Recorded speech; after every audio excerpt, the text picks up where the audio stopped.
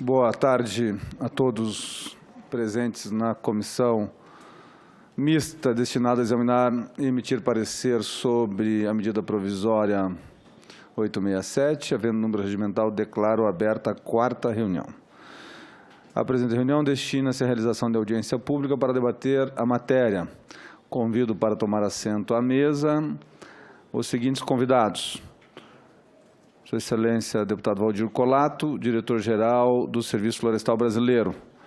Rodrigo Dutra da Silva, coordenador-geral de gestão da Biodiversidade, Florestas e Recuperação Ambiental do IBAMA. Rodrigo Justus de Brito, todos podem tomar assento à mesa. Consultor técnico da Confederação Nacional da Agricultura, Celso Luiz Moretti, diretor executivo de pesquisa e desenvolvimento da Embrapa. Leonardo Pape, consultor ambiental da Organização das Cooperativas Brasileiras, OCB, e está por chegar, está confirmado a Rosemarie? Tá? A Rosemarie Barbosa Malheiro, secretária de Meio Ambiente da Confederação Nacional dos Trabalhadores na Agricultura, CONTAG, está por chegar. Todos sejam bem-vindos à nossa audiência pública, que será realizada em caráter interativo, com a possibilidade de participação popular. As pessoas que tenham interesse em participar podem enviar comentários pelo senado.leg.br/e-cidadania ou pelo telefone 0800 61 2211.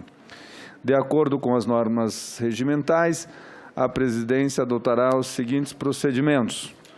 Os convidados farão sua exposição por até 10 minutos cada e, em seguida, abriremos a fase de interpelação pelos parlamentares inscritos. A palavra aos parlamentares será concedida na ordem de inscrição, cuja lista já está sob a mesa. Concedo a palavra ao senhor Celso Luiz Moretti, diretor executivo de pesquisa e desenvolvimento da Embrapa.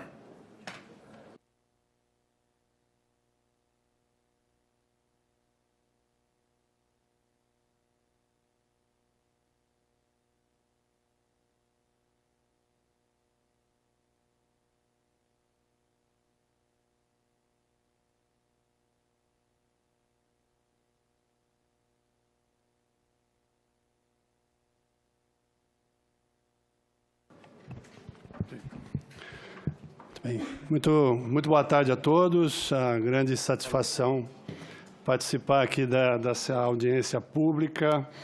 Cumprimentar o deputado Sérgio Souza, relator da medida provisória 867/2018, e ao cumprimentar os demais membros aqui da mesa, os demais parlamentares aqui presentes, senhoras e senhores.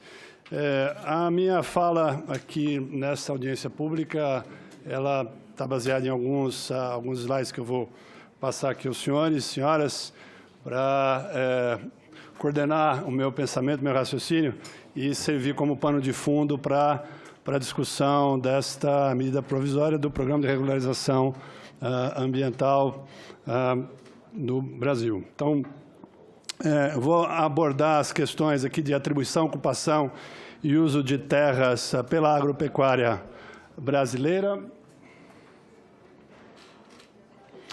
Bom, eu vou tratar de forma muito rápida 3 temas que eu entendo que são 3 dimensões inseparáveis e inconfundíveis da agropecuária brasileira, que são a atribuição das terras no Brasil, a ocupação dessas terras e o uso dessas terras no Brasil. São 3 conceitos, como estão ali colocados, dimensões inseparáveis e inconfundíveis e que têm possibilitado que o nosso país seja uma das referências, e não só em produção, mas em sustentabilidade agropecuária.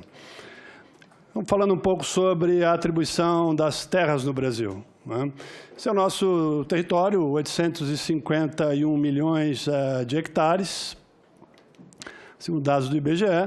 E aqui eu começo colocando o primeiro ponto sobre a questão de atribuição para unidades de conservação. Então, as unidades de conservação com áreas de preservação ambiental, com as APAs, né, considerando os níveis estadual, federal, municipal, perfazem um total de 154 milhões de hectares, são 1.871 unidades, aproximadamente 18% do Brasil.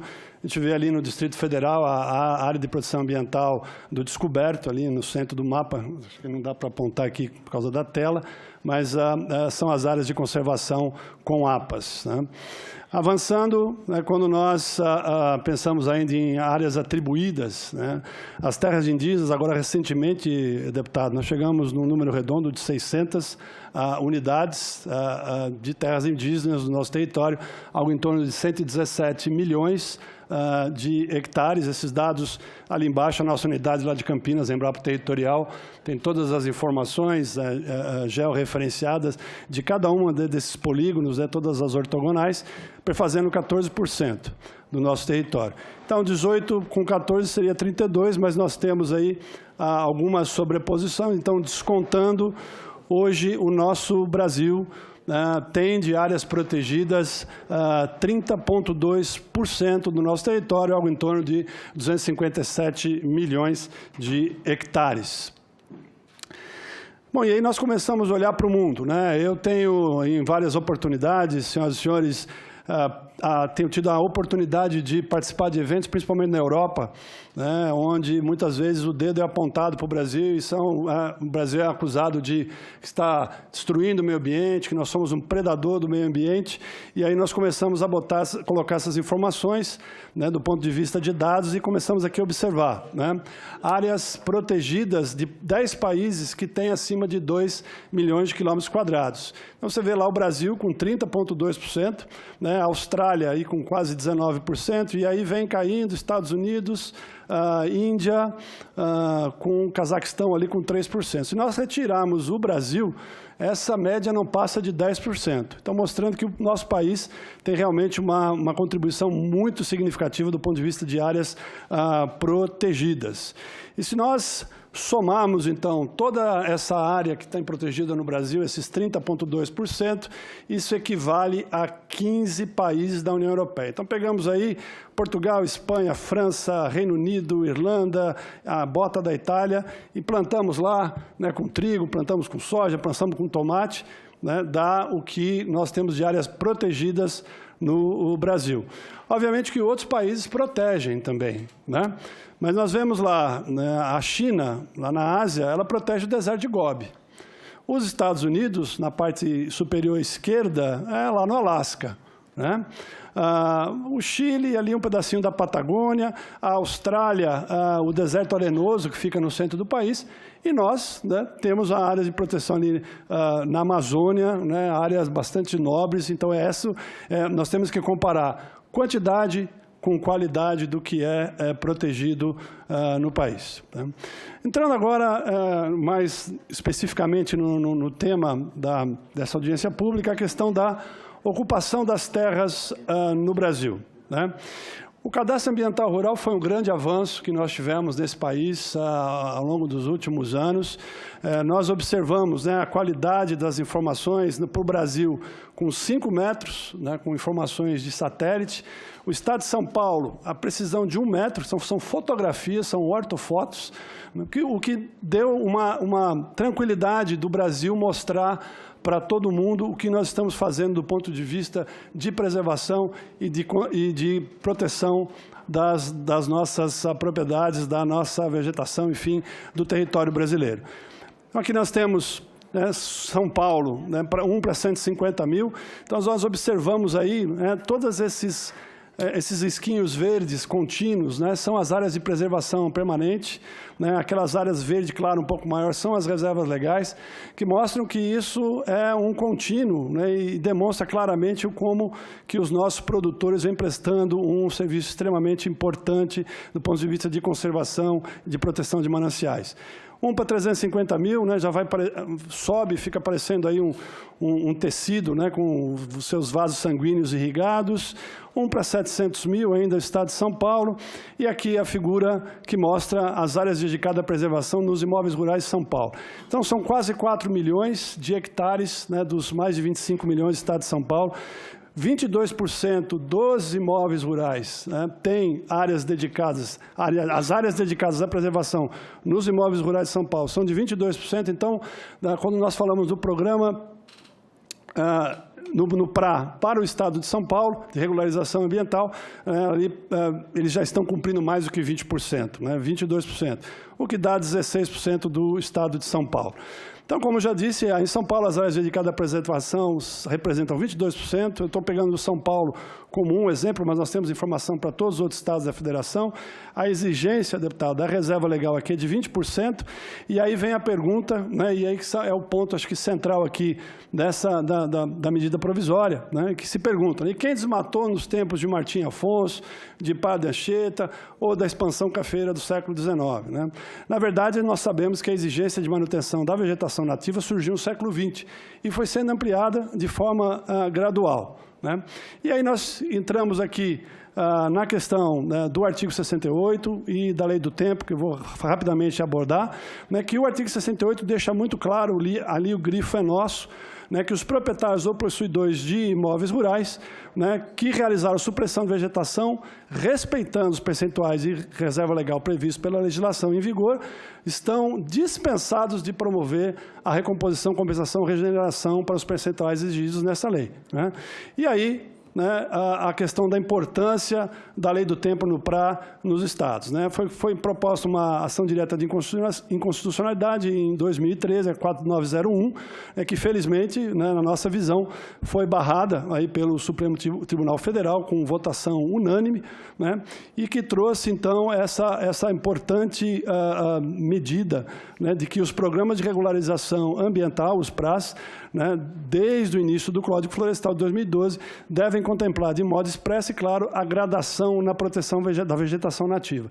E isso tem sido feito, né, de forma natural pelos diferentes estados. Eu cito aqui apenas a lei de Goiás, a lei do Paraná, a paulista e gaúcho, e assim a gaúcha e assim por diante. Né?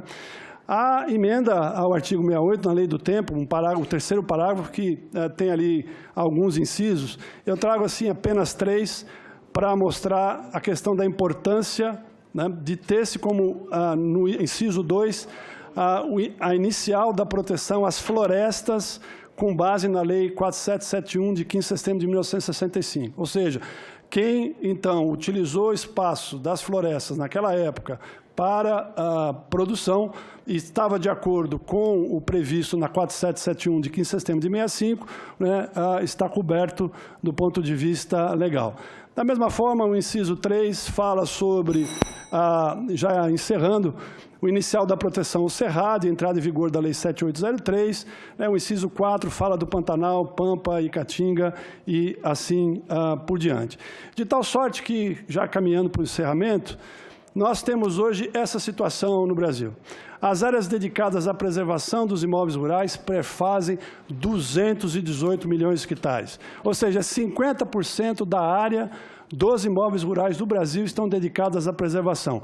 Isso é 1/4 do território brasileiro. 1/4 de todo o Brasil, como os senhores podem ver nessa imagem, está dedicado à preservação, sendo são 10% de APP, 50% de reserva legal e 40% de vegetação nativa. Se nós considerarmos o total de áreas protegidas e preservadas, é metade do Brasil preservado, o que dá 28 países da Europa. Se nós considerarmos, então, além da área preservada, a área protegida, as terras devolutas, os imóveis não cadastrados e as áreas militares, nós chegamos aí a 66,3% de todo o nosso país, o que dá, então, a superfície de 48 países da Europa. Então, minhas senhoras e senhores, não é mais possível que nós, produtores, né, ligados à produção de alimentos, fibras e agroenergia no Brasil, ainda tenhamos lá fora, como acontece muitas vezes na Europa, o dedo apontado para o Brasil, porque os nossos produtores são predadores. Então, aqui eu coloco para encerrar, nenhuma categoria profissional preserva mais o meio ambiente e dedica mais recursos e tempo a isso do que os produtores rurais brasileiros. Então, realmente, eles são heróis ao produzirem alimentos, fibras e bioenergia, preservando o meio ambiente, provendo um serviço ambiental fantástico. Último slide, para concluir, a pacificação da lei do tempo em todo o país, nós não temos dúvida, trará segurança jurídica e tranquilidade para quem produz. Os programas de regularização ambiental, os PRAS, devem seguir contemplando de modo expresso e claro a gradação na proteção da vegetação nativa. E aqui a nossa contribuição, nós entendemos que é extremamente desejável que tanto o Cadastro Ambiental Rural como o Programa de Regularização Ambiental deveriam ter caráter permanente, pois as mudanças e alterações fundiárias e de uso e ocupação das terras nesse país são constantes. Agradeço, deputado Sérgio Souza, pela oportunidade e fico à disposição para questões caso haja. Muito obrigado. Muito obrigado, Luiz Moretti, que é pesquisador da nossa empresa brasileira de pesquisa agropecuária. Com a palavra, Rodrigo Justus de Brito, consultor técnico da Confederação Nacional da Agricultura.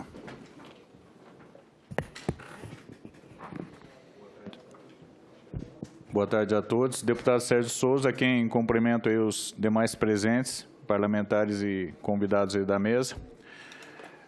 Nós estamos acompanhando a tramitação dessa medida provisória e temos algumas considerações a fazer. Nós vimos que existe um conjunto grande de emendas, né, em relação à medida provisória, e nós entendemos que parte dessas emendas elas são pertinentes, tendo em vista que elas visam o aperfeiçoamento do Programa de Regularização Ambiental.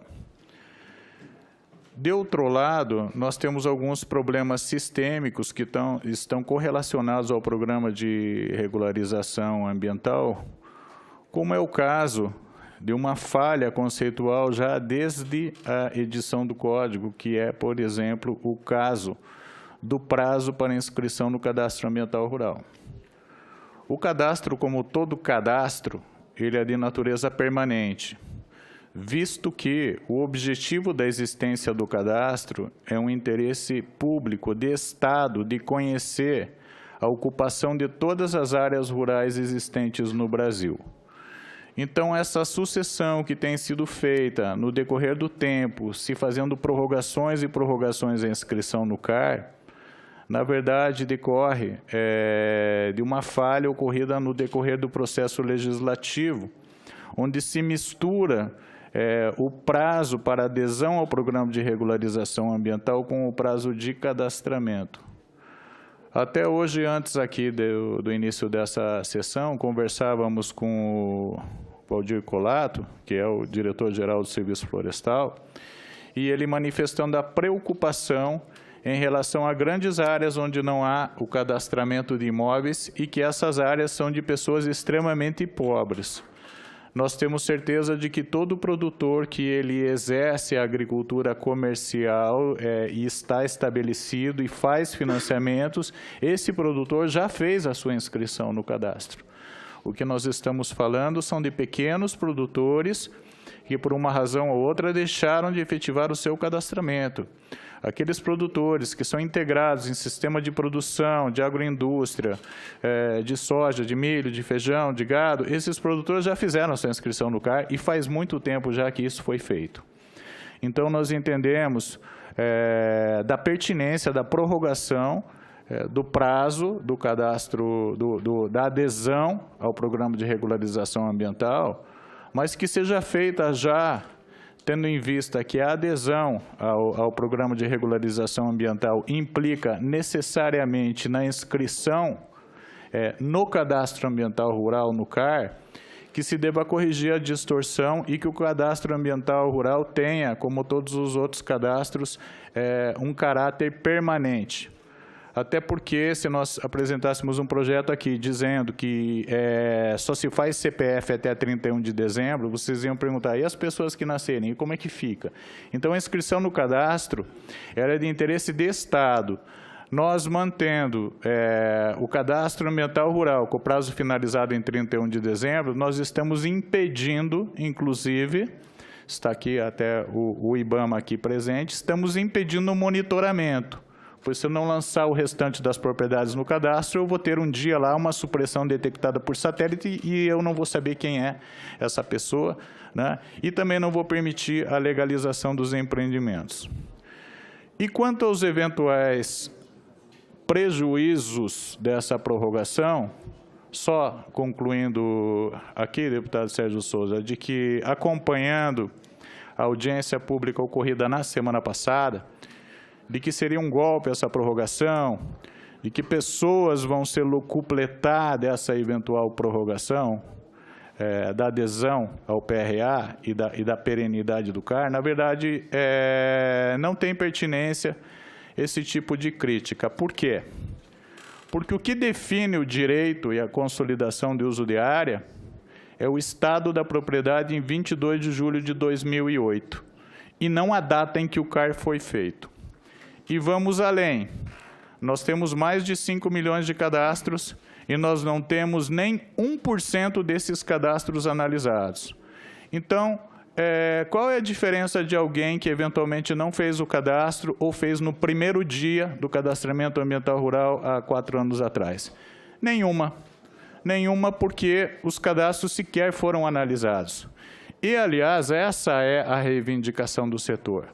Os produtores se mobilizaram, cadastraram uma área gigantesca que ultrapassa quase 450 milhões de hectares cadastrados, e depois de tudo isso, seus cadastros não estão analisados. Quando se tira uma certidão na internet, sai como pendente, porque os estados não promoveram a análise dos cadastros. O programa de regularização ambiental está parado. Isso culpa também de 5 anos de tramitação da ação direta de inconstitucionalidade. Nós temos que entender que a propositura dessas ADINs, no ano de 2013, elas paralisaram a implementação do Código durante 5 anos. Nós tivemos aí, exceto o trabalho dos produtores que fizeram seu cadastramento no decorrer desse tempo, e são quase 5 milhões de produtores. Então, nós temos, sim, o interesse na regularização ambiental, e cabe agora ao relator e à sua consultoria legislativa a análise das emendas para ver a questão da pertinência temática, que é uma discussão do ponto de vista legal e que nós temos interpretações mais extensivas e menos extensivas de até que ponto, né, uma emenda ela tem uma ligação direta ou indireta com o tema principal aqui da medida provisória. Então, deputado Sérgio Souza, são essas aqui as nossas considerações iniciais e estamos aqui à disposição. Muito obrigado.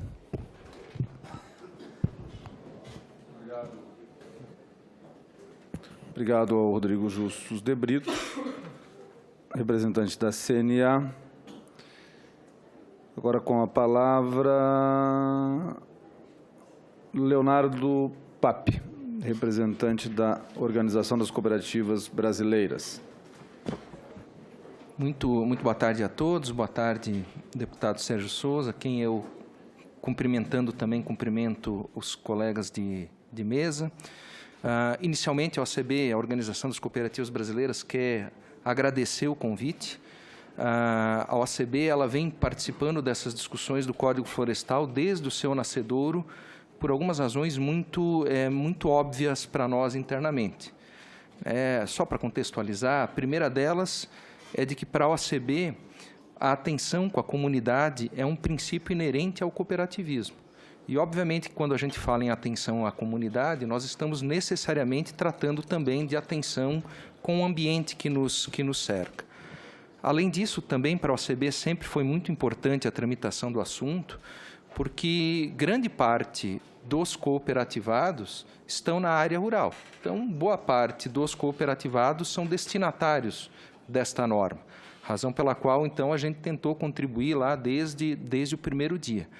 Em terceiro, e fundamentalmente, a outra razão pela qual a gente sempre atende ao pedido e sempre se sente muito grato por ser chamado em participar da discussão, é o fato dessa discussão estar sendo feita no Congresso Nacional.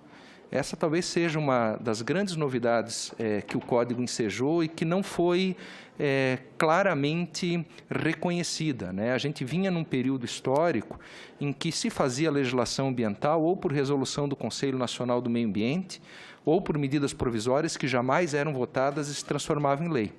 O Código Florestal foi a oportunidade desta Casa, do Congresso Nacional, legislar efetivamente sobre a proteção da vegetação nativa.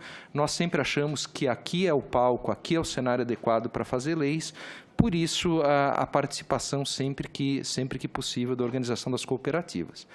Como resultado do Código Florestal, eu acho importante fazer essa contextualização para que a gente entenda onde chegamos e para onde devemos ir.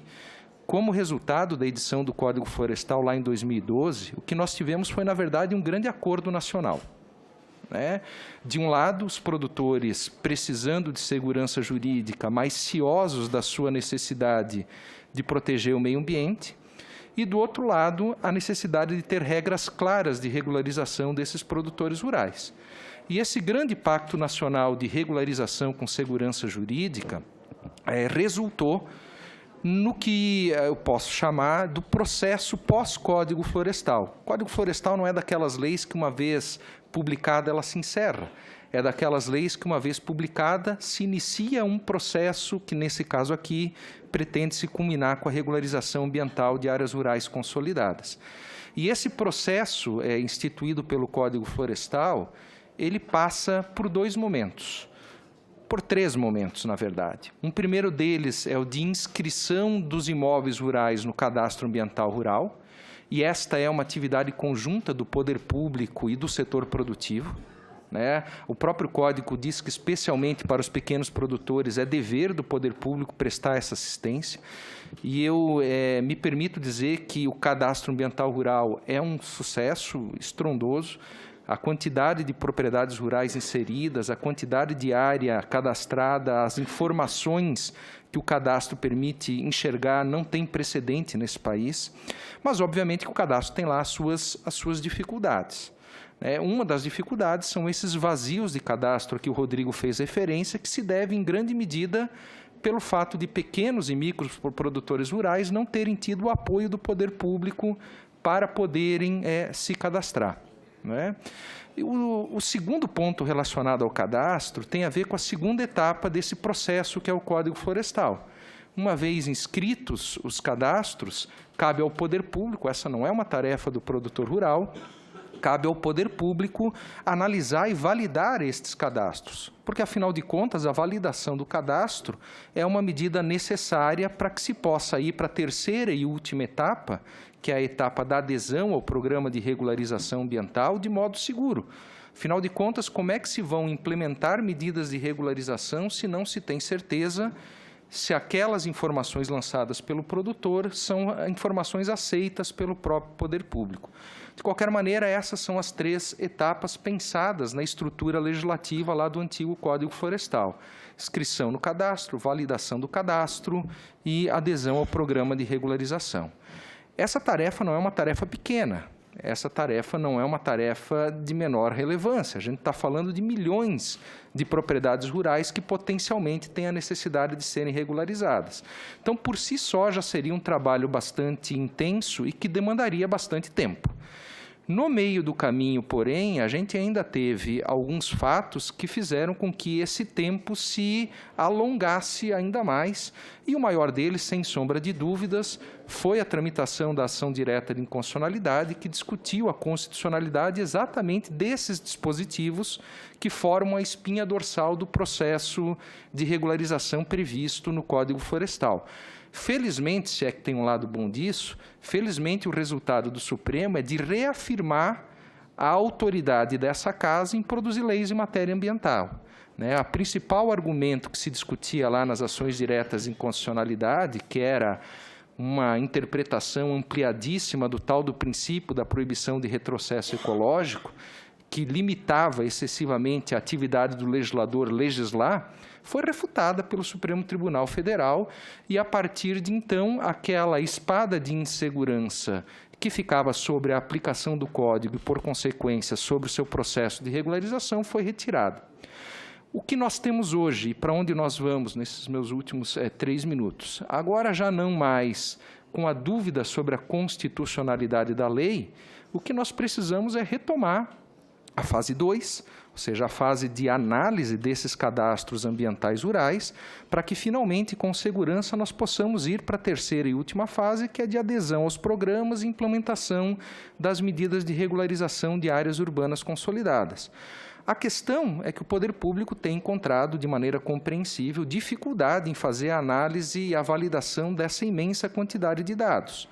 Até então, a maneira que se vem tentando resolver esse problema é com edição de medidas provisórias postergando o prazo de adesão ao programa de regularização. E o poder público, de novo, não tem condições de dar vazão à análise do cadastro, se edita uma nova medida provisória até que nós chegamos no momento atual.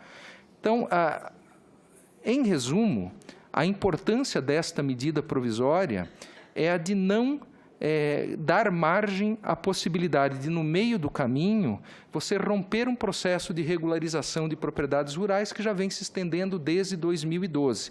Ou seja, essa medida provisória, na verdade, ela reafirma e ratifica o pacto que foi feito com a edição do Código Florestal lá em 2012, com um tratamento diferenciado entre áreas rurais não consolidadas e áreas rurais consolidadas, com o compromisso do produtor de fazer a inscrição no cadastro ambiental rural, que sua grande maioria, especialmente aqueles que são do agronegócio tão decantado, já foi feito. Há problemas basicamente com pequenos e microprodutores rurais, e para não penalizar o produtor rural de ter fechado a possibilidade de regularização, porque o poder público não faz a análise dos seus cadastros. Então, nós precisamos, de maneira muito enfática, dizer que essa medida provisória precisa, sim, ser convertida em lei para que o sistema cadastro, análise e programa de regularização continue tendo base legal, continue funcionando, para que a gente não retorne à situação de plena e absoluta insegurança que nós tínhamos antes de 2012.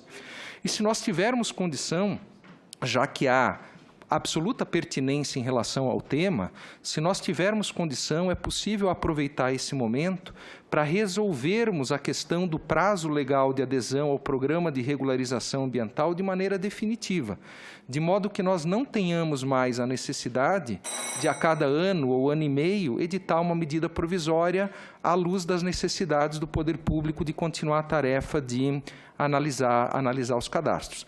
Esse, então, é o recado final, a importância da medida e a oportunidade que nós temos de equacionar o procedimento do programa de regularização ambiental e os prazos para adesão a esse programa, não para mudar a lei, não para alterar o espírito do Código, muito ao contrário, para reafirmar aquilo que desde 2012 é a intenção da lei e a missão dada aos produtores e ao poder público de alcançar uma situação em que as áreas rurais consolidadas estejam efetivamente regularizadas.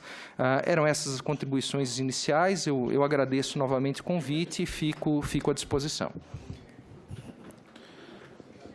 Obrigado ao Leonardo, falou aqui em nome da Organização das Cooperativas do Brasil. Agora com a palavra o Rodrigo Dutra da Silva, coordenador-geral de gestão da biodiversidade, floresta e recuperação ambiental do IBAMA. Boa tarde a todos. Gostaria de colocar uns slides aí que eu preparei rapidamente para falar de alguns temas que competem ao IBAMA, principalmente na questão das emendas. Passou. Cumprimentando o deputado Sérgio Souza, cumprimento os demais presentes. Primeiramente, pode passar, eu passo aqui, né? Ok. Então, assim, né, pessoal, tem várias emendas, né, nessa MP, então a gente vai se ater só rapidamente aqui ao que compete ao IBAMA, né?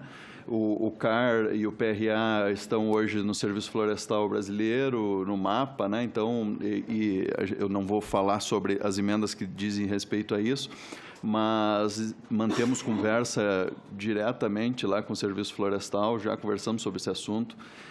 Temos interesse, obviamente, sempre em opinar sobre o assunto, né, dada a experiência que temos em recuperação ambiental nas áreas que nos compete. Tem emendas também sobre barragens, né, que também não compete diretamente ao IBAMA, tem muito assunto aí de órgãos que compete aos órgãos estaduais de meio ambiente, unidade de conservação, isso é o Instituto Chico Mendes, né? E algumas emendas impactam diretamente alguns trabalhos do IBAMA. E eu queria comentar, eu vou ser mais direto tecnicamente nas emendas, né, deputado, que acredito que foi o objetivo de nós termos vindo aqui. Então, nós temos algumas emendas ali, 1 e 13, eu não recortei e colei elas ali, acredito que as pessoas tenham conhecimento delas ou tenham elas aí, mas ela é positiva em acrescentar um conceito de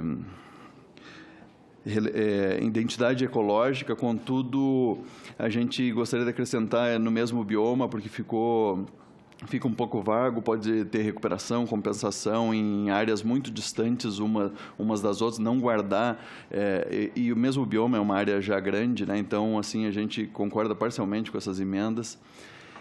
Essa emenda 002, ela acrescenta ali a questão dos aterros sanitários na utilidade pública, né? Uma sugestão é ver o impacto da DIN, uma das que foi julgadas aqui, foi referenciada pelos colegas, né? E foi uma das poucas que o STF cortou da legislação original, né? Que foi os depósitos de resíduos em área considerada de interesse público, acho que muito por causa da questão das APPs.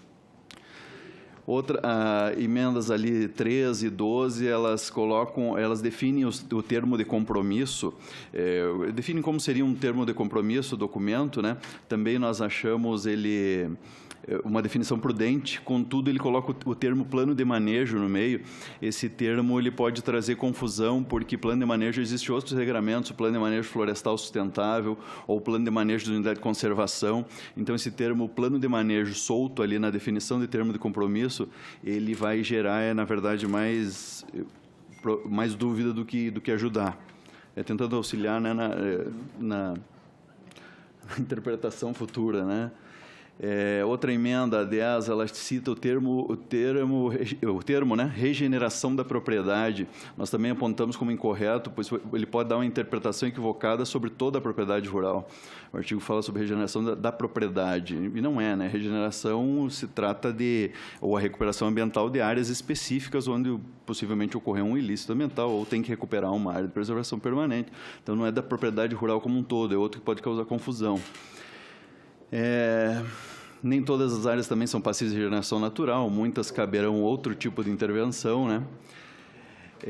Também essa emenda dá a entender que a conversão poderia ser feita no mesmo local do dano, a própria pessoa receber conversão de multa para aplicar no dano que teve sua autuação, né? Isso ela é vedada no artigo 141, do decreto de conversão de multas de 2017, e ela não foi alterada no decreto mais recente agora, né, que saiu semana passada. Então, o governo atual deixa claro que não tem esse interesse que a conversão seja para recuperar o próprio dano no mesmo local. Ali a 16 é sobre o Pantanal, né? Que nós consideramos que a lei, os pantanais em geral, né? Nós consideramos que a lei 12.651 ela está correta em vincular que novas supressões dependam de regulamentação estadual e vinculada aos órgãos oficiais de pesquisa, opinião dos órgãos oficiais de pesquisa. Então, a gente é contrário à emenda porque ela liberaria novas supressões antes de ter definições dos órgãos de pesquisa e tal. Então, a gente acha que a lei como está, nesse caso, ela está coerente. Essa emenda 18, ela também trata de reposição florestal e a gente também acha que está meio discrepante o conceito e existe já num decreto, né, federal o conceito de reposição, a gente sugere essa redação e parece que o legislador ele tem uma preocupação de não se cobrar reposição florestal de supressões que são aquelas previstas por produtor rural dentro da sua própria propriedade, para uso na sua própria propriedade. Eu acho que isso poderia deixar claro mesmo. Mas é para clarificar, a lei já prevê isso, não é cobrado reposição florestal de quem derruba algumas árvores e converte em madeira para suas benfeitorias, por exemplo, ou lenha dentro da sua propriedade. Poderia ficar mais claro, mas a redação sobre reposição florestal a gente acho que ficou truncada e sugere essa redação que é de um decreto federal. Claro, sob análise, obviamente. Tem uma que trata sobre desaverbação de reserva legal e tal. A gente só faz uma diferenciação dos planos de manejo florestais sustentáveis, que eles são independentes da regularização do imóvel, né? Isso aí é uma verbação diferenciada. A emenda 28 é uma emenda que nós somos favoráveis à melhor descrição do artigo 68, que aqui a Embrapa chamou de lei do tempo.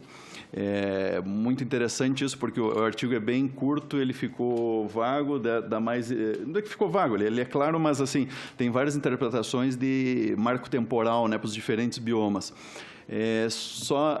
A gente acha bem interessante a descrição, só que assim, tem um aspecto particular de vegetação não florestal, os campos nativos do Pampa, do Pantanal, a Caatinga, que também não é florestal, serem consideradas áreas rurais consolidadas. Isso impacta em, possivelmente, não ter reserva legal nesses biomas, porque tem ocupação pecuária de muito tempo. E a academia e os dados técnicos comprovam que essa vegetação sob pastoreio ela ainda é a vegetação nativa, só com uma diferente estrutura aérea. Então, assim, a gente tem essa ressalva até... se a Embrapa ou a própria equipe do relator quiser discutir, se nós pudermos contribuir com uma redação mais que nós achamos mais adequada e couber, nós estamos à disposição. 29... a reserva legal, né? A emenda 29 ela coloca que preferencialmente áreas não agricultáveis para compor a reserva legal. A gente acredita que isso aí vai contra o conceito de reserva legal da própria lei, que ela tem que ser mais representativa, assegurar o uso econômico de modo sustentável dos recursos do imóvel rural como um todo. Então, assim, se escolher só áreas não agricultáveis fica um pouco contrário à própria definição de reserva legal da lei. A 30, ela fala de aplicação de conversão, a conversão para regularização ambiental de áreas rurais consolidadas. Nós achamos essa leitura contraditória, porque se a área rural é consolidada, eu não preciso converter para regularizar e nem para recuperar. Se ela é consolidada, ponto. Então, eu achei contraditória essa redação.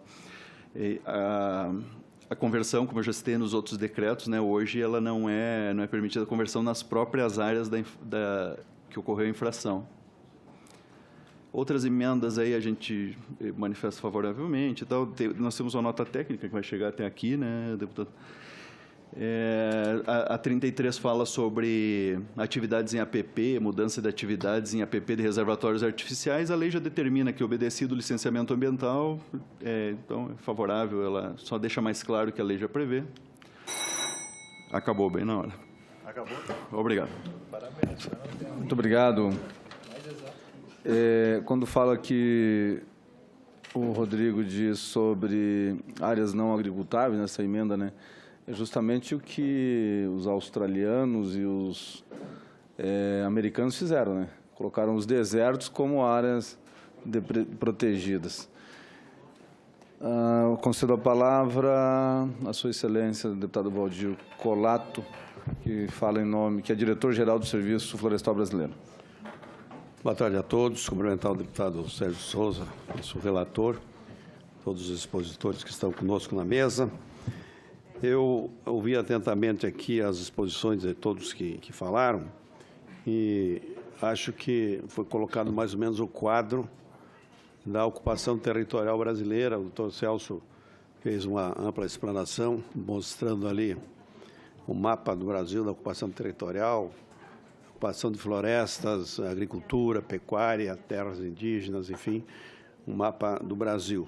E também, né, o Rodrigo e o Pape, também aqui o Rodrigo, colocaram as posições dentro da medida provisória 867 e os problemas que nós temos. Então, dentro do que eles falaram, do que foi colocado nos quadros aqui, eu queria dizer que nós, do Serviço Florestal Brasileiro, temos a incumbência de implantar o Código Florestal. E essa é uma tarefa hercúlea, difícil, e que nós encontramos um quadro que precisa ser trabalhado e muito, precisa muita estrutura, muita gente, e a questão não concluída. Começando pelo CAR, né? Nós temos o quadro do CAR que ainda não conseguimos concluir, Agora, na verdade, nós estamos passando por um segundo tempo, que é o PRA, que é o Plano de Regulação Ambiental, mas não concluímos o CAR ainda. Então, é preciso que a gente, na prática, resolva esses problemas e possa passar para a próxima fase, que é a regularização. Ver se tem passivo, resolver. E dentro desse quadro que nós temos nacional, do CAR, nós vemos aqui, hoje, os números que realmente precisam ser analisados e aproveitados para análise não só do CAR, como de outras ações estratégicas do governo. Hoje nós temos 5.624.227 cadastros de imóveis, sendo que temos 397 milhões, aliás, que é para a questão de passivo de cadastro, e uma área total declarada de 511.434.000 hectares. A área de preservação permanente que encontrava nesses cadastros 21.318.000, a área de reserva legal 114.983 e 205.030 de remanescente de vegetação nativa. Nessas áreas nós encontramos 1.750.000 nascentes. Dentro do quadro que a gente constatou, o Brasil praticamente está em mais de 90% de cadastros no CAR. Mas quando nós nos reportamos para o Nordeste, tivemos ontem com a ministra Tereza Cristina no Nordeste, e fomos solicitados a verificar de perto essa questão do Nordeste, segundo o Banco do Nordeste, por falta de cadastro ambiental, mais da metade dos produtores não tiveram acesso ao crédito desse ano. E a perspectiva é muito maior ainda que não tenha esse financiamento. Só para você ter uma ideia, o Nordeste tem hoje uma média de 21% de cadastros não feitos ainda dos nossos produtores. Isso é uma área de 17.858.000 hectares. E o estado da Bahia, que é o maior estado do Nordeste, está com uma média de 41% de cadastros ainda não realizados. Então, nós temos um problema para resolver. Como é que nós vamos caminhar para uma nova fase do PRA, se nosso cadastro ainda está pendente? E mais ainda grave o problema que os cadastros agora começam a ser analisados, né?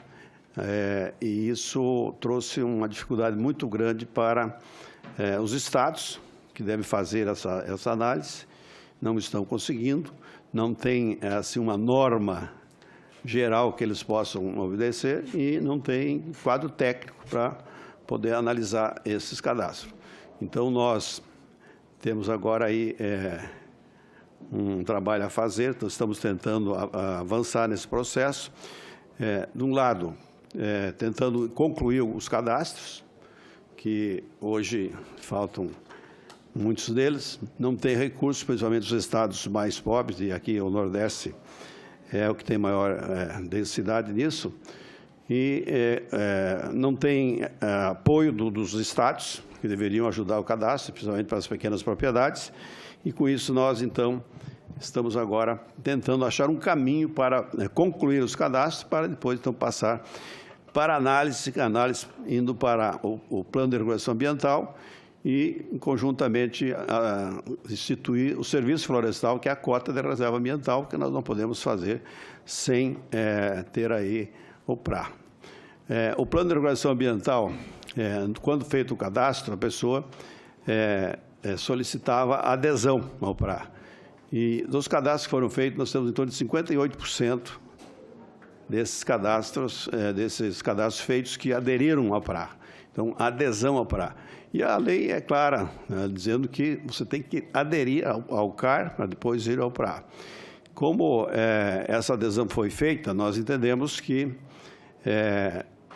aqueles que fizeram o CAR estão em dia, porque eles não dependem da análise do CAR para depois passar para o segundo o trabalho, que é o PRA, e com isso nós estamos engessando o processo.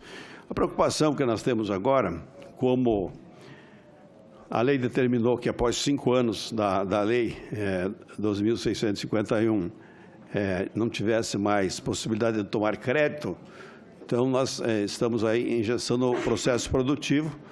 O Banco BNDES soltou uma norma dizendo que não teria mais financiamento, o Banco Central também está nessa linha, e nós, então, estamos no impasse, né? Se nós não concluirmos os CAR, se nós não concluirmos as análises, nós não teremos, então, acesso aos financiamentos. E isso nos traz grande preocupação e, com certeza, nós não podemos deixar que isso aconteça. Por isso, agora, com essa prorrogação do PRA, nós entendemos que nós temos que buscar uma saída. Ou nós prorrogamos o CAR, né? Ou achamos uma maneira de que os produtores não sejam impedidos de tomar crédito por não ter o CAR. E aí me perguntam, por que não se faz aí um mutirão para trabalhar, né? Isso precisa de dinheiro, e dinheiro os estados não têm. Então, nós estamos tentando fazer alguma coisa para ajudar nesse processo, buscar algum tipo de recurso para fazer os cadastros, mas também para buscar aí a análise desses cadastros já feitos. E a proposta é fazer a automatização da análise desses cadastros, porque não há como você fazer fisicamente análise de cadastro por cadastro. Nós levaríamos aí 30 anos, 40 anos para poder fazer isso. Então, a ideia seria você automatizar, fazer federalizado, uma norma geral para que todos os estados pudessem fazer, e aqueles cadastros que não têm passivo, né, você passa, então, para a fase adiante. E aqueles que têm passivo, então, vai para a adesão ao PRA. Esse é um processo que tem que ser caminhado, para depois, então, nós entrarmos naquele processo da cota de reserva ambiental, que é o CRA, né? Que é o serviço ambiental, que acho que nós temos que levar também benefícios para os produtores, porque até agora só se cobrou dos produtores, faça o cadastro, faça o PRA, faça o CRA, façam toda a preservação, põe cerca, e tudo a custo do produtor. Então, nós precisamos também colocar aquilo que a lei determinou de benefícios para o produtor, né? Que tem ali, se você pegar o Código Florestal, tem 2 páginas de benefícios que o produtor teria que receber por fazer o cadastro, fazer o PRA, né? E isso não aconteceu, simplesmente o agricultor fez por conta própria, poucos estados ajudaram, alguns recursos internacionais veio através do Serviço Florestal Brasileiro, e ficou por aí mesmo. Então, na verdade, nós temos esse desafio, meu relator, para que a gente ache uma saída. Em princípio, eu entendo que não deveria ter também um prazo para você terminar fazer o CAR e nem o PRA, porque as mudanças na agricultura são diárias, né? E você tem aí movimento de escritura, você tem movimento de financiamento, de plantio, de diferenças de atividades, e não há como você estancar esse processo. Então, o que nós precisamos? Fazer um trabalho de rastreamento, de análise desses cadastros e tentar buscar recursos para ajudar esses estados que não têm conseguido fazer. Se você pegar aí o estado da Bahia, realmente é uma área enorme que nós temos que fazer de cadastro, mais de 10 milhões de hectares, e isso por que não fez, né? O que aconteceu? Eu posso dizer que a tecnologia não chegou lá nos cantões do Brasil, dificuldades dos agricultores de entender o processo, de você ter acesso às informações, mas nós estamos tentando, de todas as formas, passar essas informações através do Serviço Florestal, para que chegue lá, né, nas redes, todas as maneiras para que as informações cheguem aos estados. Como o Serviço Florestal brasileiro passou agora para a agricultura, nós vamos buscar o apoio das secretarias da Agricultura, dos técnicos da Zemater, né? E de todo esse pessoal que tem uma estrutura toda no Brasil para que eles possam ajudar a fazer, então, esses cadastros, a gente possa trabalhar. E pedir aqui, então, para essa casa, os senhores deputados, senadores, para que nos ajude a resolver esse problema. Nós estamos num impasse. Se nós não resolvermos a questão do CAR para quem não tem ainda adesão ao CAR, nós vamos impedir que milhares de produtores não tenham acesso ao crédito e, principalmente, são pequenos produtores que estão com esse problema. E nós precisamos resolver. Eu acho que a medida provisória veio em boa hora, né? É para prorrogar o PRA, mas eu acho que cabe aí, né, nós resolvermos a situação do CAR que está pendente. Sem ele, nós não podemos avançar e vamos penalizar os agricultores, tanto o banco como tem os cartórios hoje que já estão se negando a fazer escritura se não tiver o CAR, e outros que têm alguma pendência no cadastro, que seja lá de documento, alguma coisa, já estão considerados como o CAR pendente e aí impede já de fazer qualquer operação. Já estão criando esse problema para nós e nós estamos tentando resolver isso nas plataformas que nós estamos montando para que chegue ao produtor essa informação, mas também que chegue nos estados, né? Porque todos os estados possam nos ajudar nesse processo de a gente avançar. E a ideia seria que nós dessemos um tempo para fazer a conclusão do CAR, o relator, e aí nós possamos, então, regulamentar tudo para, então, depois, na próxima safra, nós termos condições de exigir esse trabalho feito aí, que não é uma coisa fácil. Se nós tivéssemos agora, por exemplo, de implantar o PRA, que é o Plano de Regulação Ambiental, imediatamente, nós certamente não teríamos como fazer, ter mudas para fazer a reposição de florestas em todo o Brasil. E isso leva um tempo, nós temos que trabalhar e também tem que levar em conta todos os atrasos que teve nas regulamentações, tanto do CAR como do PRA, né? E que houve as prorrogações e os atrasos que houve, então não pôde se concluir esse trabalho. Então, essa é o nosso pedido aqui ao relator, para que nós possamos estudar. Se nós pudermos avançar mais em outras propostas que tem aqui, como tem as emendas, acho que é ótimo, nós precisamos destravar esse processo e nós estaremos, então, trabalhando e fornecendo, né, esses dados de cadastro para que se faça as análises e realmente nós tenhamos aí o Brasil real trabalhando nessa questão que hoje está num impasse. Nós estamos num impasse e um desafio para resolver essa questão de buscarmos uma saída ou sob pena de engessar o processo produtivo em todo o Brasil. Obrigado, senhor. Muito obrigado, deputado Valdir Colato. Está aberto as inscrições. Eu já tenho um inscrito, deputado Schiavinato, mas antes de passar a palavra a Vossa Excelência, chegou aqui pelo e-Cidadania, onde todos os que desejarem participar do evento podem enviar perguntas ou comentários por meio do portal e-Cidadania no endereço www.senado.leg.br/e-Cidadania ou pelo telefone 0800 61 2211. Vamos fazer uma rodada de perguntas, aí ao final eu passo para os colegas da mesa responderem as indagações e já fazerem as suas considerações finais. Eu tenho uma aqui ao nosso representante da Embrapa, o Moretti, que é sobre a identidade ecológica. Eu soube que a Embrapa fez uma pesquisa sobre esse assunto. Ainda não chegamos ao ponto de analisar se isso é matéria que devemos constar do relatório ou não, mas para a relatoria é importante e gostaríamos de entender um pouco melhor o que é identidade ecológica do ponto de vista do Código Florestal. Não estava previsto na lei, no entanto, o Supremo tratou desse assunto quando do julgamento da ADIM. Obrigado, deputado. O ano passado, a Embrapa foi provocada a se manifestar acerca desse conceito. Inclusive, nós, posteriormente, foi entendimento de Vossa Senhoria, Vossa Excelência, nós podemos encaminhar o posicionamento, o parecer da Embrapa. Nós consultamos 7 centros de pesquisa da Embrapa, participaram ao todo 35 pesquisadores, e o entendimento da Embrapa é que esse não é um conceito técnico-científico, né? Ele não está definido claramente na literatura.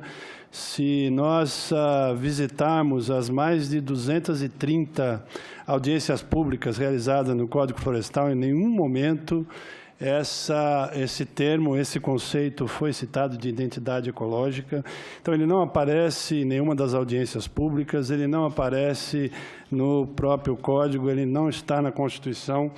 E ele é um termo tão restritivo que permitiria, em tese, apenas a recomposição no mesmo imóvel, né? Quer dizer, então, aquilo que está proposto de possibilidade de recomposição num bioma, ele deixaria de ser válido, né?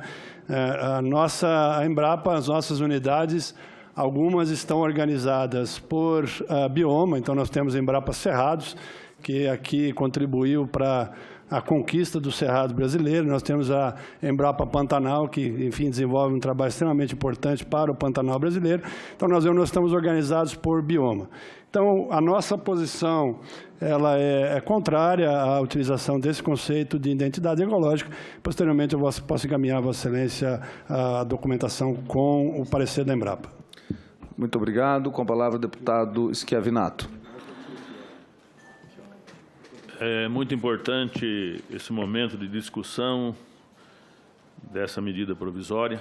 Eu queria parabenizar todos os componentes do governo que puderam colocar com clareza as suas posições e definindo, mostrando, né, o comparativo que foi feito, né, da preservação que existe no Brasil, proporcional a outros países, e sem considerar a topografia, né? A topografia de lá extremamente desfavorável ao cultivo, e aqui a gente com a preservação ambiental em áreas planas, né, que seriam possíveis e passíveis, né, de serem ocupados aí pelo avanço da agropecuária. E é importante a gente poder ouvir essas colocações que dá segurança ao governo de poder dar avanço a uma questão como essa, e o Código Florestal, ele tem que ser monitorado ao longo do tempo. O produtor rural, ele aguardou muitos anos esse Código Florestal para que ele tivesse oportunidade de produzir com segurança. E hoje o produtor rural produz com segurança, sabendo que ele está preservando o meio ambiente. Você sobrevoa o nosso país, é uma beleza você ver a preservação ambiental nas nascentes, o que acontece, né, de evolução do agronegócio. E o nosso produtor, ele está de parabéns, ele não pode jamais ser prejudicado por uma questão temporal. Nós temos sim que dar condição aos estados de poder analisar o CAR, e eu não vejo no horizonte muito próximo aí condição dos estados, Colato, fazer essa missão. Os estados não têm equipe técnica. Nós temos sim que disponibilizar recursos da União para que se contrate empresas terceirizadas para que façam esse trabalho com competência, né, e com o tempo necessário para poder fazê-lo a bom termo. E é importante essa discussão. Hoje o nosso país tem se desenvolvido, a agropecuária tem segurado o desenvolvimento da nossa economia, isso é nos estados, isso é na nossa nação. Lá no estado do Paraná, uma evolução fantástica do sistema. A preservação hoje está na cabeça do produtor rural. Não é que ele, no passado mais antigo, tenha tido a vontade de poder derrubar a mata. Era uma questão de sobrevivência das propriedades rurais. Pequenas propriedades rurais, é a necessidade de se ocupar esses espaços. E você vê que muitas propriedades rurais deixaram áreas planas, pode-se dizer as melhores áreas, com preservação de suas matas, e isso tudo hoje consta, né, no CAR, que com certeza aqui na região sul, na região central, no sudoeste do nosso país, esse documento do CAR, ele foi, na sua grande parte, apresentado aí pelo produtor rural. Então, eu vejo uma necessidade de se dar andamento nessas questões que se discute nessa medida provisória, para que a gente dê mais essa proteção ao produtor rural, para que ele continue produzindo com tranquilidade. O desenvolvimento do agronegócio não seria o mesmo sem a participação das cooperativas. As cooperativas, num conceito de poder aumentar a renda do produtor rural, dando a eles condição de produzir nas suas propriedades. Hoje você vê as propriedades rurais com a implantação da suinicultura e da avicultura, as melhores áreas das propriedades rurais estão recebendo esse cultivo, né, da suinicultura e da avicultura nos seus galpões, localizado longe das nascentes, com proteção ambiental no entorno das suas áreas de produção, né, dos seus chiqueirões, dos seus aviários, e isso mostra o senso de responsabilidade que tem hoje, através das cooperativas e dos produtores rurais, na preservação ambiental. Então, é importante que se dê oportunidade nesse acompanhamento do Código Florestal, para que a gente ofereça a oportunidade ao Estado e ao sistema, né, de poder acompanhar essa análise e que também dê oportunidade com segurança absoluta ao produtor rural para que ele possa buscar o seu financiamento para poder continuar produzindo. Então, é importante, presidente, dar andamento nessa questão, de se aprovar rapidamente essa medida provisória, para que a gente tenha a oportunidade de evoluir no agronegócio e, acima de tudo, de cumprir a lei e de abrir, logicamente, o crédito ao produtor rural, sem que ele tenha nenhuma dificuldade no futuro. Muito obrigado, Sua Excelência, deputado Schiavinato. Deputado Nilton Tato. Cumprimentar o deputado Sérgio Souza, que está presidindo aí, é nosso relator. Cumprimentar toda a mesa, o senador Reis e os deputados, os colegas deputados aqui também presentes. Primeiro, eu quero dizer o seguinte, que o Código Florestal, que foi acordado lá muitos anos atrás, ele foi acordado numa perspectiva para o bem da agricultura, para o bem do meio ambiente, no entendimento do papel que a reserva legal tem, que as APPs têm, de proteção da água, né, como fundamental inclusive para a agricultura.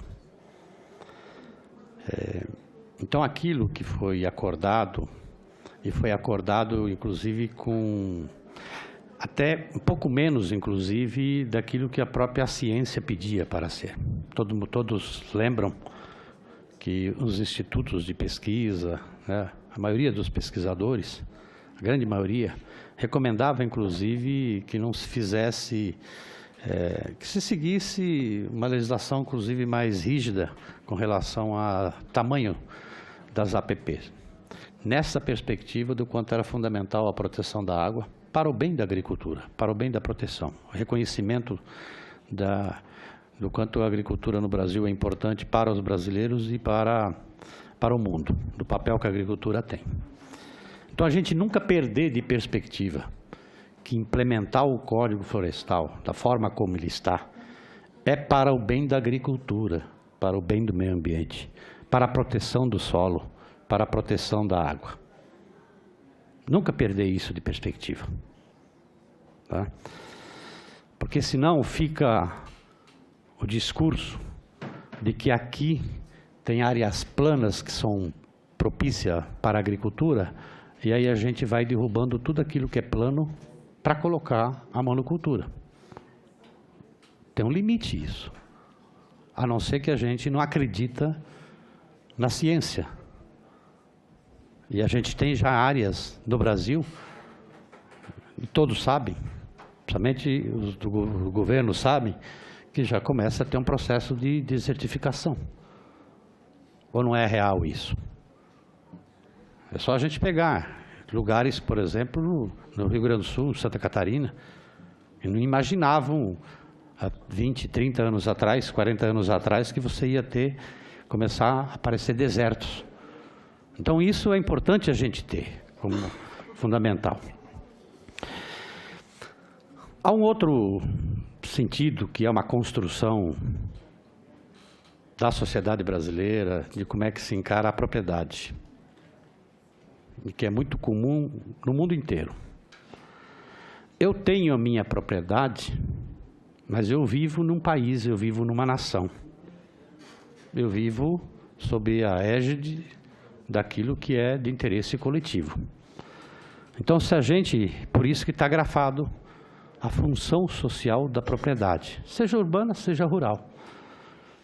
E quando você detalha o que é essa função social, a propriedade ela precisa produzir economicamente, mas tem outras funções que ela também precisa cumprir. Então a APP, a proteção da beira do rio, a proteção da nascente, a reserva legal, ela tem uma função que não é só para a propriedade, é para o conjunto, para as outras propriedades, para os vizinhos, para a cidade, para o estado, para o país. E dependendo do lugar, dependendo, se a gente pegar, para o planeta. Você pode fazer essa conta. Então tem serviços ambientais de interesse para o proprietário e para o geral, que o Código Florestal assegura também, de você reconhecer isso que está lá. Por isso que no Código Florestal fala assim, olha, nós vamos dar um tempo, foi isso que os constituintes na época escreveram, os constituintes não, os deputados na época votaram, vários aqui estavam, né, participaram na época, e falaram assim, olha, tem benefícios que o agricultor tem e que uma hora ele vai ter que cumprir com esta função social para o bem dele e para o bem do coletivo. Tem benefícios que uma hora ele vai falar assim, ó, vamos parar de fazer, dar esses benefícios e ele não cumprir com isso. Porque ele tem a responsabilidade de fazer com que a propriedade dele produza. Não só naquele ano, mas que ela tenha a possibilidade de produzir também no futuro. E que ela produza, que aquela propriedade também contribua com seus serviços ambientais. Não é isso? Não é esta a lógica? Então, se ele tem um benefício de uma linha de crédito, é um benefício. Então é normal e é razoável que o Estado vá lá e diga o seguinte, que a sociedade diga para ele, se você não cumprir com a tua responsabilidade enquanto produtor, você não vai ter mais esse benefício do Estado. Se você chegar uma hora, você vai parar de usar economicamente e produzir naquele lugar que não deveria produzir, porque você tem que fazer com que a tua propriedade venha cumprir a sua função. Recupere a tua reserva legal, recupere a tua APP. Tudo isso foi acordado. Então todos estão tendo benefício enquanto não se aplica. Eu entendo perfeitamente a dificuldade da implementação. Eu até entendo, não deveria entender, porque uma grande maioria, independentemente do processo estar em julgamento em algumas questões importantes do Código Florestal está sido ajuizado, muita gente foi lá e fez a lição de casa e cadastrou. Muita gente não fez, por outras razões, e agora também coloca a responsabilidade porque estava ajuizado. Tá? Então, por isso, eu acho assim, nós temos que prorrogar. Agora, jamais colocar uma prorrogação ad eterna. Jamais perder de vista de que o coletivo precisa ter mecanismos para fazer com que o individual cumpra com um mínimo de responsabilidade sobre o coletivo. Não estou aqui dizendo que o fato dele produzir já não está fazendo. Se ele está produzindo, ele está cumprindo parte. Porque se ele não estiver produzindo também, aí ele não vai estar cumprindo nada. Aí perde completamente o direito à propriedade no sentido de cumprir com a tua responsabilidade. E assim vale, entendeu? É esse o mínimo que se pede para qualquer produtor. É evidente que o Estado, eu vou citar os exemplos, se você pegar assim, os exemplos dos pequenos, como tem, o próprio mapa colocou, você tem determinados lugares que as pessoas, o Estado não chegou lá para poder ajudar, implementar. Você tem coisas que até agora não está resolvido.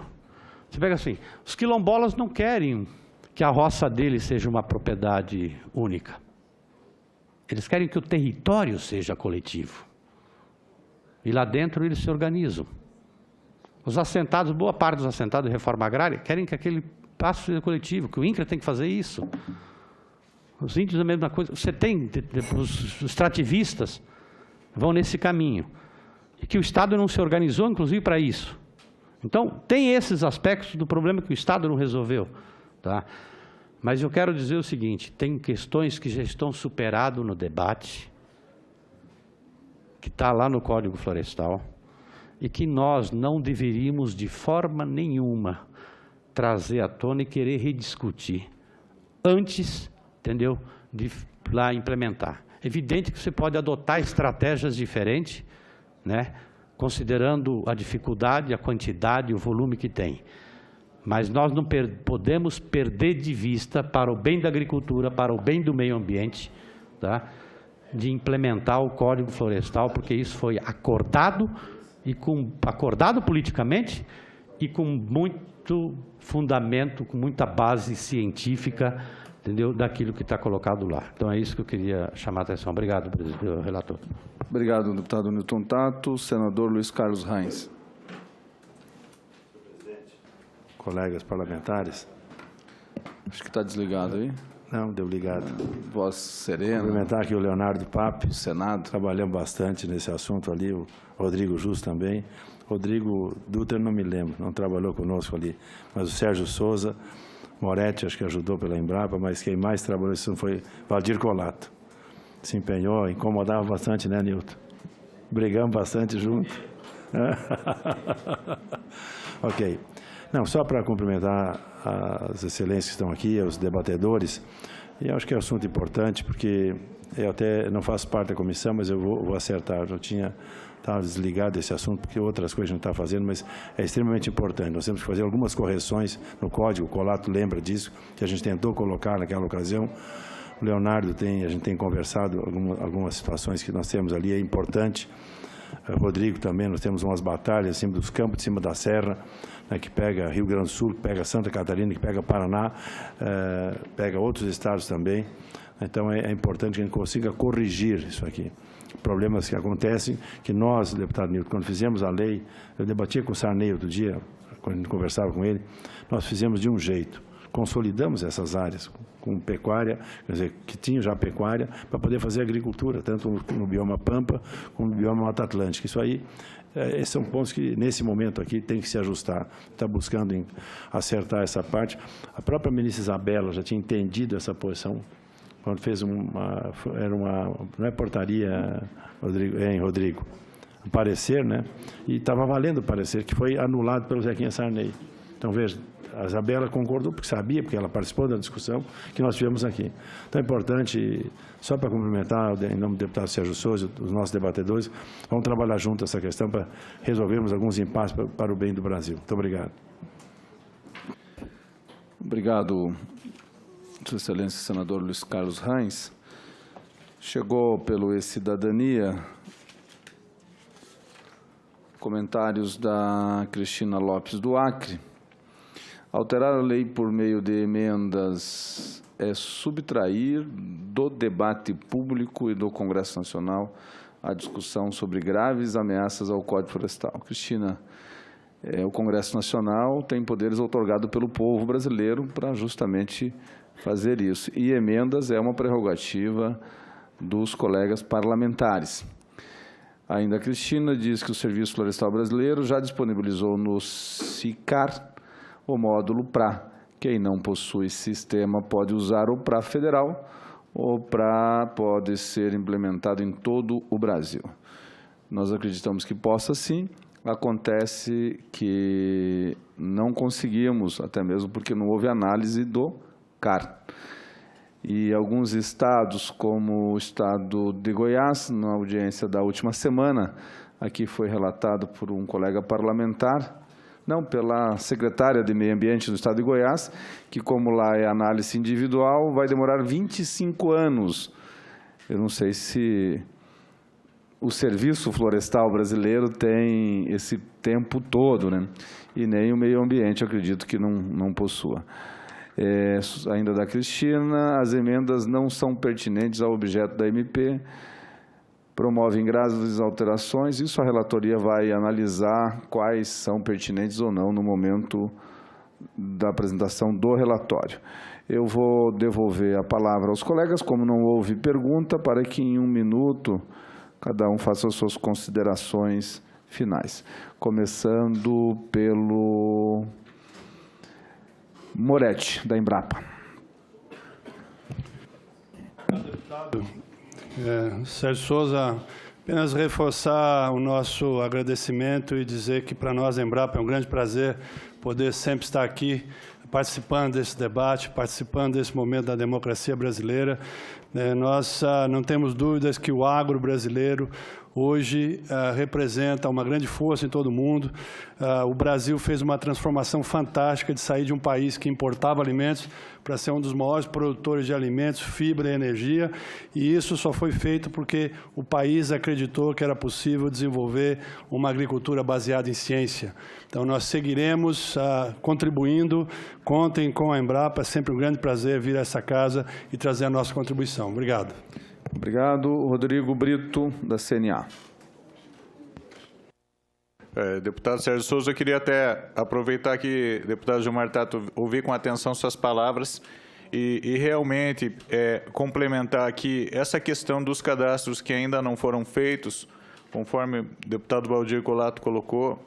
Se pegar o estado da Bahia, por exemplo, nós vamos ver que justamente as regiões que estão densamente vazias, sem cadastro, são regiões realmente de pessoas pobres e que até analisando os dados do próprio censo agropecuário, nós chegamos até a conclusão de que são moradores rurais, são pessoas que muitas vezes, embora morem e trabalham na cidade, têm algum outro emprego. Então, na verdade, nós precisamos chegar nessas pessoas, né, porque aquele produtor que realmente comercializa produto e faz empréstimos bancários de forma corriqueira, ele já está sendo cobrado do cadastro já há algum tempo. Então, na verdade, nós precisamos completar esse cadastramento e esse resíduo enorme de pessoas que não fez o cadastro tem dificuldades econômicas e muitas vezes partem de uma produção quase que artesanal primária. Então, nós precisamos trazer essas pessoas para dentro do cadastramento, do PRA, para melhorar, inclusive, essa qualidade de vida. Estão sem financiamento, estão com dificuldade até mesmo de subsistência. Então, são essas aqui as minhas complementações e agradeço aqui o convite pela participação. Obrigado. Leonardo Rapp, OCB. Bom, eu também agradeço novamente a oportunidade de vir apresentar um pouco a visão do cooperativismo sobre o assunto, dizer que a OCB permanece à disposição para contribuir naquilo que entenderem que for pertinente e reafirmar o entendimento da entidade de que justamente para a gente poder continuar os avanços produzidos pelo Código Florestal, a gente precisa da transformação, da conversão dessa medida provisória em lei, de modo que a gente dê tranquilidade, segurança, transparência, para que se chegue à fase dos programas de regularização ambiental, como era a intenção do Código desde o começo. Ou seja, a medida provisória é importante para reafirmar aquilo que o Código sempre foi.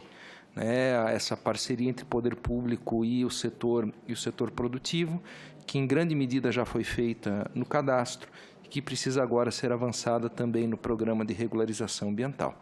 Obrigado de novo pela oportunidade da participação. Muito obrigado. Agora, Rodrigo Dutra Silva, IBAMA. Deputado Sérgio Souza, agradeço novamente pela oportunidade da área ambiental de participar dessa audiência, dessa discussão e reafirmo a nossa disponibilidade em construir aí, tecnicamente, alternativas em busca do equilíbrio na legislação. Obrigado. Valdir Colato, Serviço Florestal Brasileiro. Deputado Sérgio Souza, obrigado aí pelo trabalho que está fazendo. Agradecer aí as palavras do senador Luiz Carlos Reis, que agora está crescendo na vida, né? Saindo de deputado para senador, os deputados que estão aqui, mas tenho certeza que vai fazer um grande trabalho aqui no Senado. E dizer que nós estamos aí todo dia enfrentando grandes desafios. Nós temos uma equipe técnica do Serviço Florestal Brasileiro, muito capacitada, e estamos debruçados dia e noite para buscar soluções para esses problemas que estão chegando aqui, esses desafios, e agora mesmo estamos reunindo os grupos aí com universidades e tal, para nós buscarmos uma plataforma para fazer a análise do cadastro ambiental rural, para depois nós podermos ir para o plano de regulação ambiental, que onde tiver passivo você tem que buscar, então, as conformidades dentro daquilo que a lei determina. E é claro que o que nós pudermos resolver aqui de problemas com a questão, por exemplo, de áreas embargadas, que a análise anterior, você tinha lá algum problema com o IBAMA, os amigos do IBAMA, você já embargava essa área na área do CAR. E nós estamos focados na questão de APP, Reserva Legal e Floresta, que é, né, a composição, que é a finalidade do cadastro ambiental rural, e nas águas, é claro, para uma coisa futura. Mas, dependendo do sistema que se faz a análise, você tem um resultado, tem outro resultado. Na verdade, que nós temos o maior banco de dados do país, e vamos tirar esses dados para informar o país para planejamento estratégico, mas também para ajudar os agricultores, fazer planos de governo, agricultura familiar, buscar os bolsões de problemas que nós temos, que essas estatísticas nos mostram, buscando também um cadastro único que nós estamos querendo fazer, porque tem 6 ou 7 cadastros na área rural, o pessoal está perdido nisso e nenhum bate com o outro, os números às vezes são conflitantes, e a gente pode, então, nesse ano, já caminhar para uma agenda de acabar com o CAR, fazer análise, fazer o PRA e entrar nos serviços florestais, que as cotas de reserva ambiental, que nós aprovamos na lei, até agora não foi aplicado, porque o agricultor simplesmente fez o seu trabalho e não teve os benefícios lá que poderia ter de crédito, de seguro, da questão do ITR, da questão de outros benefícios que ele poderia ter, e principalmente os benefícios de receber por serviços ambientais. E nós queremos aplicar também nesse CRAC pagamento por serviços ambientais. Então, estamos buscando fórmulas que estão na lei e que a gente possa caminhar, então, para entregar ao país uma proposta que realmente venha a fazer o desenvolvimento sustentável, atendendo a questão ambiental e a produção. Acho que esse é o caminho que nós estamos perseguindo. Tenho certeza que o nosso relator vai ter toda a clareza, né, e habilidade para colocar nessa medida provisória os termos que nós precisamos, e o Congresso, né, poderá votar, e quando nós termos uma lei que nos ajude a resolver esse desafio, que é implantar definitivamente o Código Florestal Brasileiro. Obrigado a todos. Muito obrigado, Sua Excelência, deputado Valdir Colato. Antes de encerrarmos os trabalhos, algumas considerações. Nós temos um plano de trabalho aprovado, que sugere o dia 23, na próxima terça-feira, a entrega de relatório. Concluímos aqui a fase de audiências públicas. Pretendemos apresentar até na próxima terça-feira, no mais tardar na semana que vem, para que a gente consiga, até o final do mês de abril, votarmos na comissão mista, porque, segundo a informação da nossa assessoria, até meados de maio é o prazo para a Câmara, até o início, dia 3 ou 4 de junho, é o prazo para o Senado Federal. Desta forma, agradeço a todos os que contribuíram para engrandecer os trabalhos do Parlamento Brasileiro. E, antes de encerrarmos os trabalhos, proponho a aprovação das atas da 3ª e 4ª reuniões. Os parlamentares que concordam permaneçam como se encontram aprovados. Nada mais havendo a tratar, declaro encerrada a presente reunião.